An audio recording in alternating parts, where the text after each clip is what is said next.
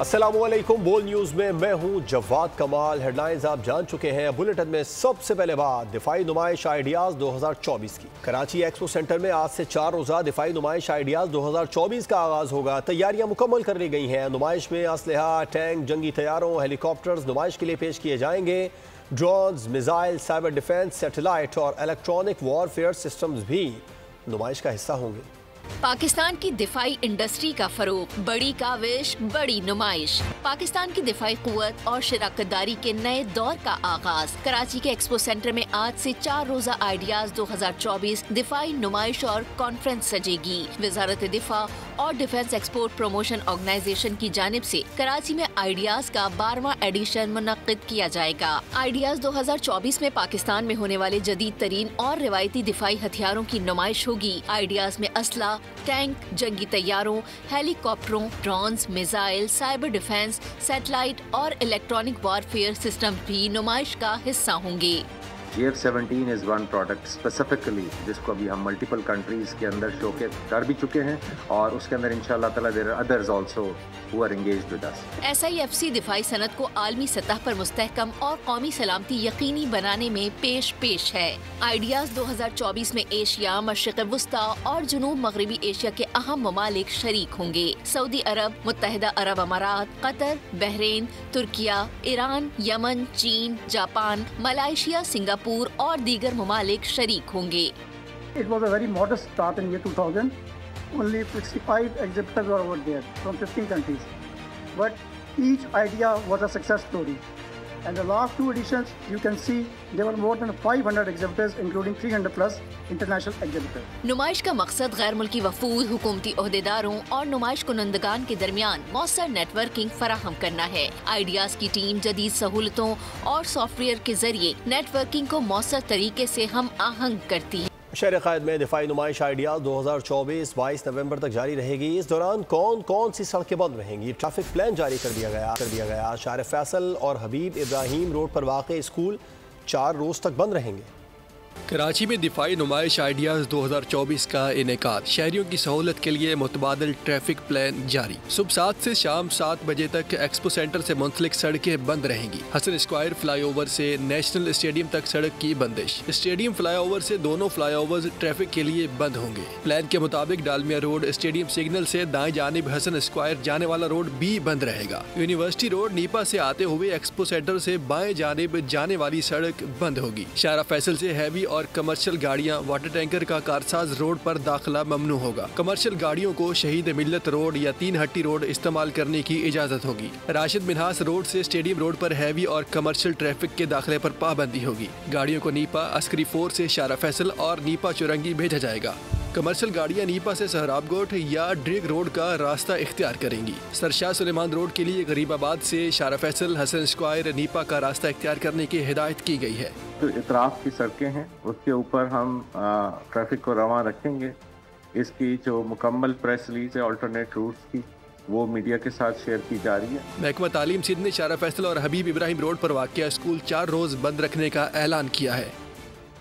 और एक और हमले को बुलेटिन का हिस्सा बनाए। दिवालिया करने के अमल का आगाज 1972 से हुआ।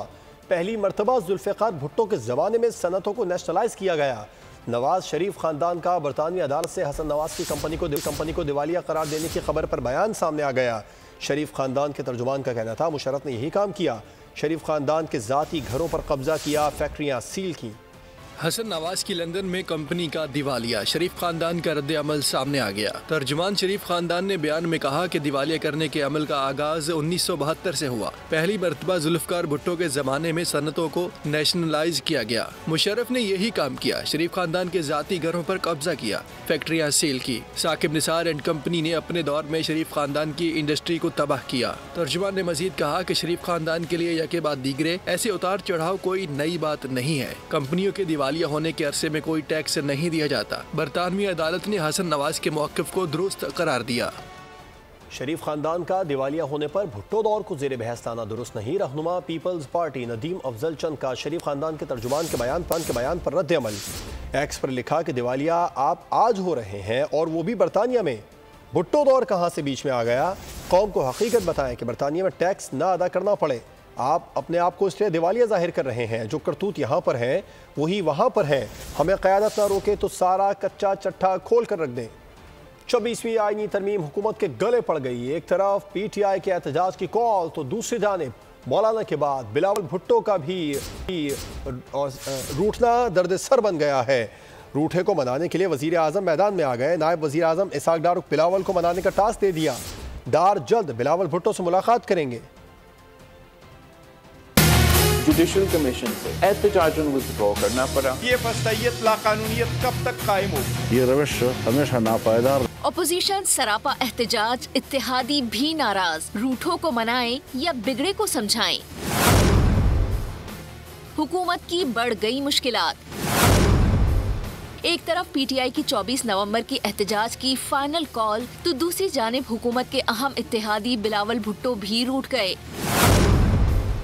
चेयरमैन पीपल्स पार्टी ने तरमीम के वक्त वादे पूरे न करने पर बारहा हुकूमत से शिकवा किया। हुकूमत के लिए नर्म गोशा रखने वाले मौलाना भी नाराज हैं और हुकूमत से किबला दुरुस्त करने का कह चुके हैं। वजीर आज़म ने सूरत हाल का अंदाजा लगा लिया। बिलावल को मनाने के लिए इसहाक डार को अहम टास्क सौंप दिया। वजीर आज़म शहबाज शरीफ की हिदायत पर इसहाक डार चेयरमैन पीपल्स पार्टी से मुलाकात करेंगे। मुलाकात में तमाम तर तहफ़्फ़ुज़ात दूर किए जाएंगे।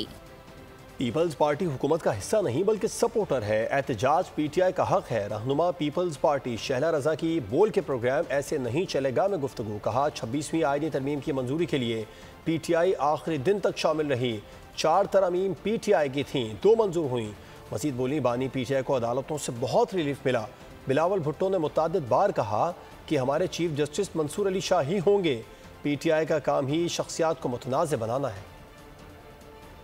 हम पार्ट ऑफ द कैबिनेट नहीं है तो हम हुकूमत का हिस्सा नहीं है, हम उनके सपोर्टर हैं। बिल्कुल इनका एहतजाज करना हक है। 26वीं आईनी तरमीम को आप ही के लोगों ने वहाँ पे वो आखिरी दिन तक शामिल रहे। 4 अमेंडमेंट्स आपकी थी जिसमें से 2 पास हुई। इमरान साहब को माशाल्लाह बहुत रिलीफ मिला है अदालतों से। चेयरमैन ने ये बात मुतअद्दिद दफ़ा कही कि हमारे चीफ जस्टिस मंसूर अली शाह ही होंगे। इन बातों की वजह से हुकूमत की नज़र में जस्टिस मंसूर को डिस्प्यूटेड कर दिया क्योंकि आप लोगों का काम ही यही है। तहरीक इंसाफ ने वफाकी दारुल हुकूमत पर चढ़ाई की तैयारी कर ली। सूबाई हुकूमत की सरपरस्ती में PTI का काफिला 24 नवंबर को इस्लामाबाद पर यलगार के लिए चलेगा। एहतजाज को हातमी शक्ल देने के लिए वज़ीर आला खैबर पख्तूनख्वा अली अमीन गंडापुर की ज़ेर सदारत इजलास हुआ। 8 MPAs गायब रहे। तहरीक इंसाफ का इस्लामाबाद पर यलगार का ऐलान। एहतजाज की प्लानिंग से कबल ही अराकीन में फूट पड़ गई। वज़ीर आला खैबर पख्तूनख्वा की ज़ेर सदारत इजलास हुआ। अंदरूनी कहानी भी मंजर आम पर आ गई। इजलास में 8 MPAs की अदम शिरकत ने मामला उलझा दिया। आतिफ खान, जुनेद खान, फजल खान, अनवर ताज इजलास में शरीक नहीं हुए। शहराम तुर्कई, फैसल तुर्कई और इदरीस खटक भी इजलास से गैर हाजिर रहे। सूबाई हुकूमती ज़राए ने कहा कि अरकान की इजलास में शरीक न होने की वजह ज़ाती मसरूफियात है। दूसरी जानिब वज़ीर आला खैबर पख्तूनख्वा ने कहा कि एहतजाज के लिए हमारी तैयारी मुकम्मल है। मुशीर इत्तलात KP बैरिस्टर सैफ ने बयान में कहा तमाम तर रुकावटें हटाकर इस्लामाबाद पहुँचेंगे। यकीन है 24 नवंबर के एहतजाज की नाकामी के बाद PTI फिर मुआफ़ी मांगेगी। PTI वालों को बता दूं कि अब वाली इस्टेब्लिशमेंट डबल गेम नहीं खेलती। सेनेटर तलाल चौधरी का पैगाम। बोले पाकिस्तान तहरीक इंसाफ को सियासी मफादात के सिवा किसी चीज़ में दिलचस्पी नहीं है। अज़मा बुखारी बोली PTI तालिबान की तरह अल जिहाद के नारे लगा रही है। ऐसे नारे लगेंगे तो वही सलूक होगा जो खारजियों के साथ करना चाहिए। खुर्शीद शाह ने कहा कि PTI एहतजाज कर सकती है लेकिन पुरअमन होकर। एहतजाज तक़रीबकारी में तब्दील हुआ तो बर्दाश्त नहीं किया जाएगा।